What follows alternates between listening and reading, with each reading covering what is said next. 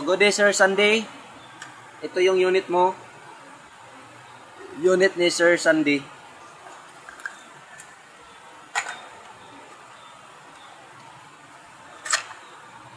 So may bala siya, no? So lagyan natin ng bala.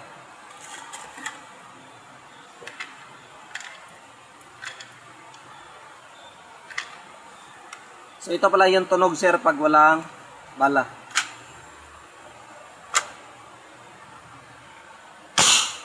So medyo malakas siya yung tunog niya pag walang bala. And then sa paggamit naman sir, dapat nakayuko yung unit. Tapos lagay natin ng gasin. So dapat nakayuko yung unit sir din. Pagkasa, dapat hawakan mo lang. Ganyan, hawakan mo lang. Full cock po. 1, 2, 3, 4, 5. Pagbalik naman, so lakas mo lang. Itulak mo lang ng malakas para yung bala papasok talaga doon sa barrel stopper natin. So sir,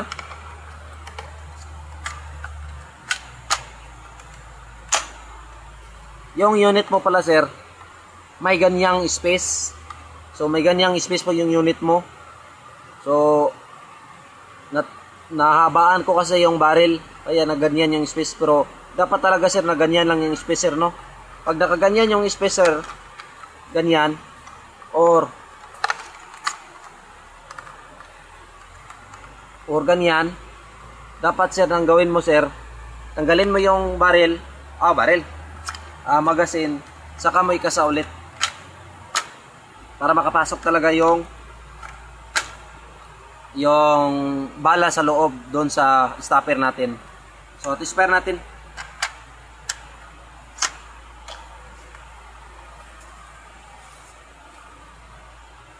So first shot sir,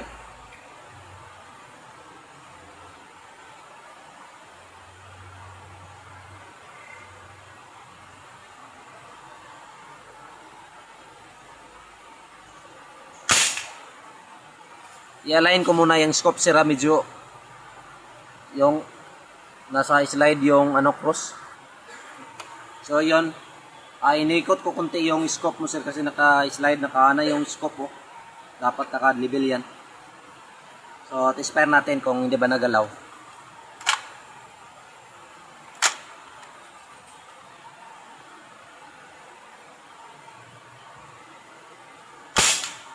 So medyo siya nagalaw, no? I-zero pa natin. So i-close ko muna, off ko muna. So na-zero na natin sir. So lagyan natin ng 5.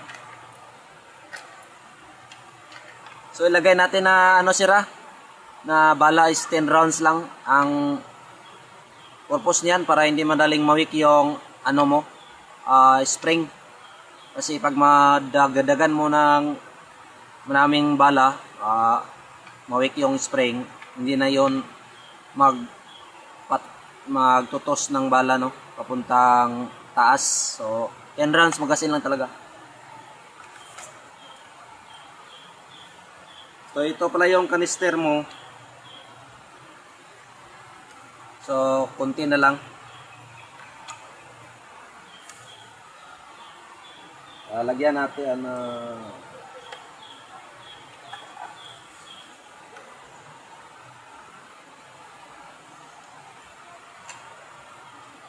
so i-replace natin kasi konti na lang.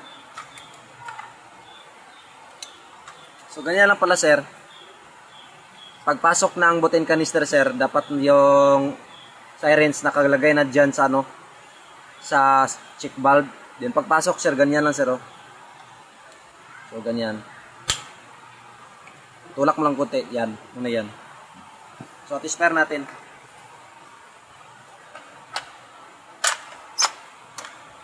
Unit ni Sir Sunday. So Sunday yung pangalan sa Facebook, pero hindi talaga Sunday ang Sunday ko lang nilagay ko para hindi ako malilito kasi yung talaga guide ko is yung sa FB na name. First shot po.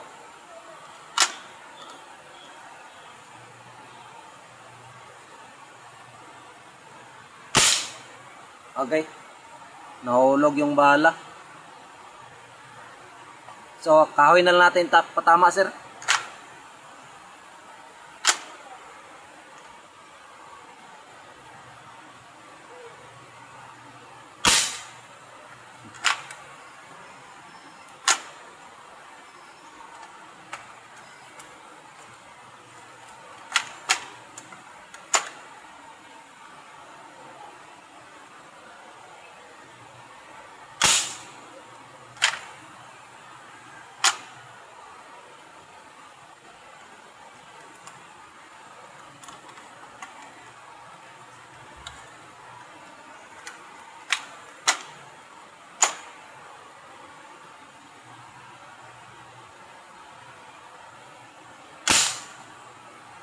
So, sa kahoy ko na lang pinatama kasi nahulog yung target natin.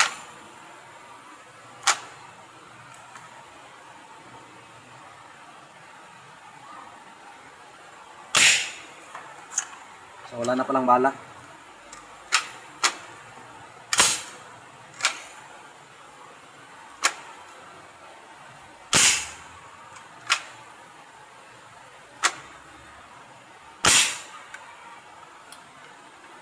So, yan lang, no? Sir Sunday. So, lagyan ko muna ng target doon uli. Spare natin uli. So, naglagay ako ng target ulit, sir.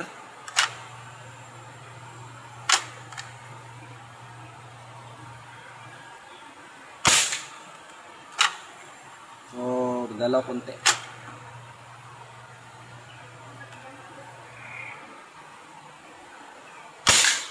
So, yun. Bullseye.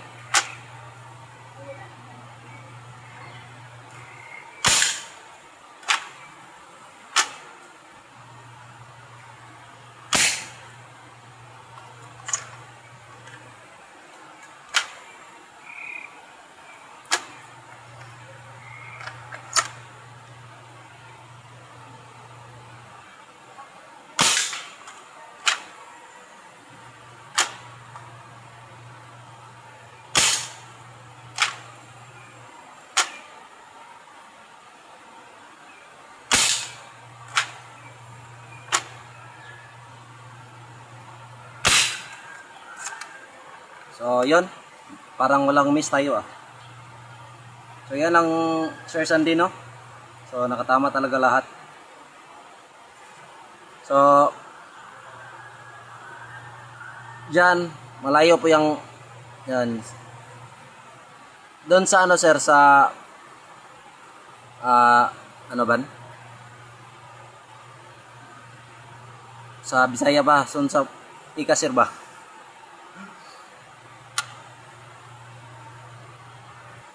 So, doon sa kabila, sir, doon aabot yung bala. So, malayo po yan. 50 to 100 meters po yan. Lagpas pa.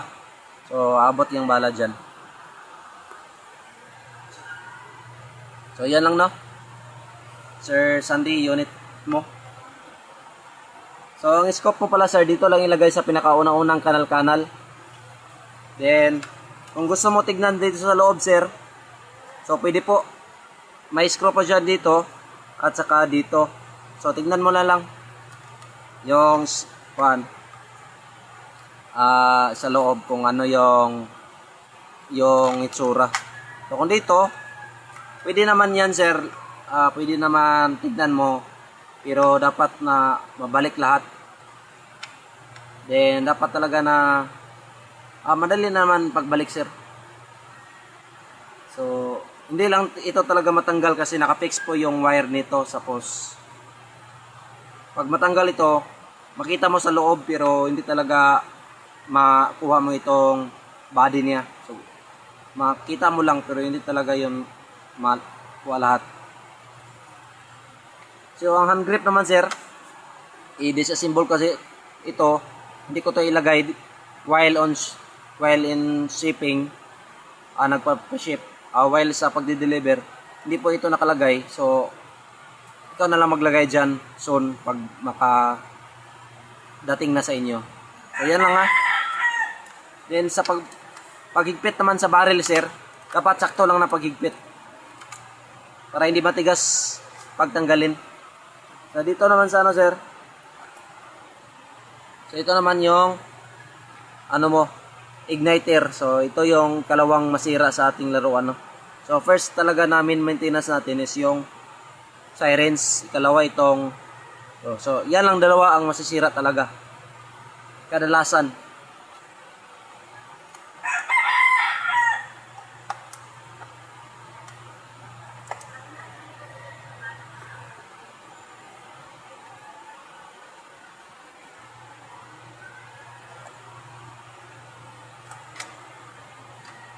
Then dapat sir na yung wire papasok talaga dun sa loob.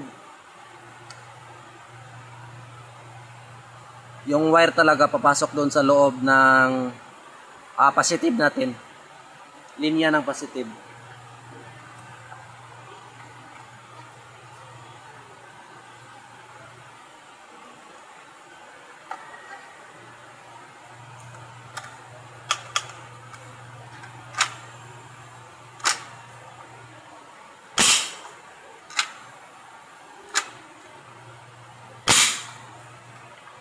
So wala po yung bala na.